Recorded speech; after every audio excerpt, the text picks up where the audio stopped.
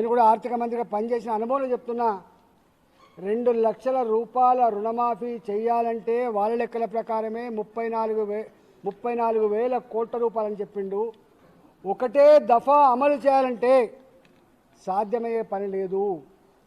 చూస్తూ ఉన్నాం. 2 సార్లు పోయిండు ముఖ్యమంత్రి గారు ఢిల్లీకి. మీ దండం పెడతాం, మాకు అప్పులు ఇవ్వండి, మా దండం పెడతాం, అప్పులు ఇవ్వమని చెప్పి కోరుతున్నారు.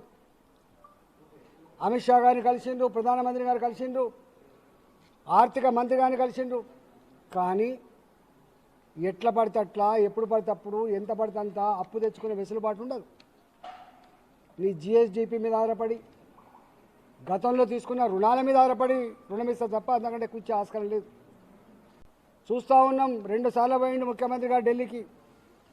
మీ దండం పెడతాం, మాకు అప్పులు ఇవ్వండి, మా దండం పెడతాం, అప్పులు ఇవ్వమని చెప్పి కోరుతున్నారు.